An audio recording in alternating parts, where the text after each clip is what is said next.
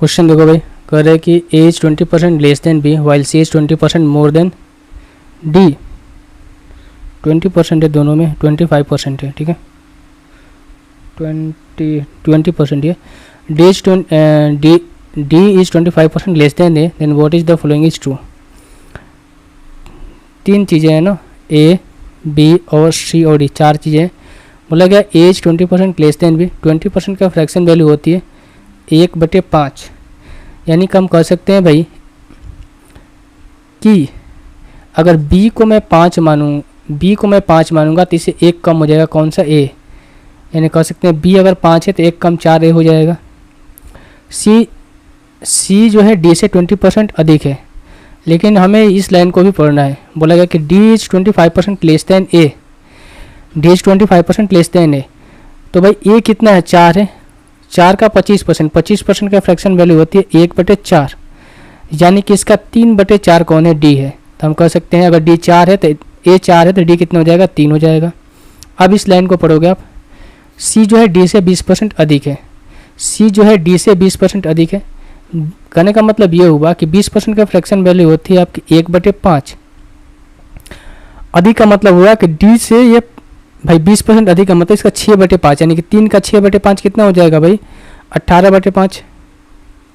3 का 6/5 कितना हो जाएगा, 18/5 हो जाएगा ना। अब लोगे बिल्कुल यही होगा। बात यहाँ तक क्लियर हो रही है आपको। अब देखो, अब इन सब चीज़ों को मैं मिटा देता हूँ। क्या बोला गया है कि भाई इस रेशियो को इक्विवेलेंट करेंगे तो 5 से मल्टीप्लाई कर देंगे सब में, तो हो जाएगा कितना आपका 20 हो जाएगा, ये 25 हो जाएगा, ये 18 हो जाएगा, ये कितना हो जाएगा आपका 15 हो जाएगा। ये रेशियो निकल कर है ए बी और सी और डी का, ठीक है। अब स्टेटमेंट देखो, बोला गया कि b इक्वल्स टू 675c। तब देखो 675 तो कहीं भी कोई ऑप्शन में नहीं दिख रहा है, तो ऑप्शन नंबर ए हो नहीं सकता, ठीक है। अब देखो 72 हमें दिख रहा है ना, 18 का 4 गुना 72, ये हमें दिख रहा है। एक बार मैं आपको समझा भी देता हूँ, आप बोलोगे कैसे इसको काट दिए। फॉर एग्जांपल देखो, अगर b हमने बोला कि b के सामने जो कांस्टेंट वैल्यू है b की वैल्यू है, c के सामने जो कांस्टेंट है वो c की वैल्यू है, तो यहाँ से b इक्वल्स टू हमें लिख रहा है क्या 0.675 और c इक्वल्स टू हमें दिख रहा है कितना भाई, c इक्वल्स टू कितना दिख रहा है 1 दिख रहा है, ठीक है। अगर मैं पॉइंट को हटाऊंगा तो यहाँ पर आ जाएगा 1000।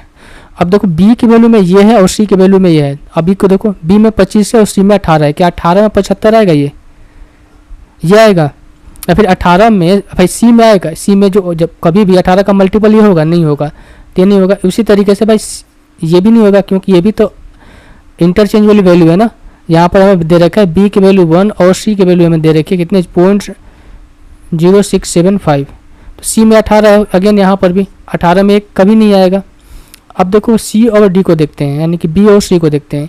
इसमें c इक्वल्स टू हमें दे रखा है कितना 0.72 और b इक्वल्स टू हमें दे रखा है 1। अगर मैं पॉइंट घटाऊंगा तो यहाँ पर हो जाएगा 100। देखो b की वैल्यू कितनी है 25 है, 25 गुना 4 करोगे 100 हो जाएगा, 18 गुना 4 करोगे कितना हो जाएगा 72 हो जाएगा। बात क्लियर हो, यानी कि कौन सा ऑप्शन सेटिस्फाई हो रहा है, बी नंबर सेटिस्फाई हो रहा है। इसी तरीके से आप चेक करना चाहो तो कर सकते हो, अगर चेक करने की जरूरत है नहीं।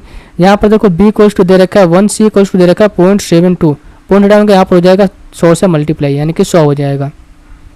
b इक्वल्स टू 100 दिख रहा है, b इक्वल्स टू 100 तो हमें दिख रहा है, इसको हम चेक कर रहे थे ना, b equals to 1 and c equals to 1 है, माफ़ करना भाई देखने में थोड़ा कन्फ्यूजन हो गया। c इक्वल्स टू कितना है 1 है एंड b इक्वल्स टू है 0.72, हटाएंगे यहाँ पर हो जाएगा 100, पॉइंट हटाएंगे 100 हो जाएगा। b की वैल्यू 72 है, देखो 25 में कभी भी 72 आएगा, नहीं आएगा ना, तो ये ऑप्शन भी नहीं होगा। तो ऑप्शन नंबर बी जो है आपका क्लियरली सेटिस्फाई कर रहा है। इस तरीके से आपको क्या करना है देखना है।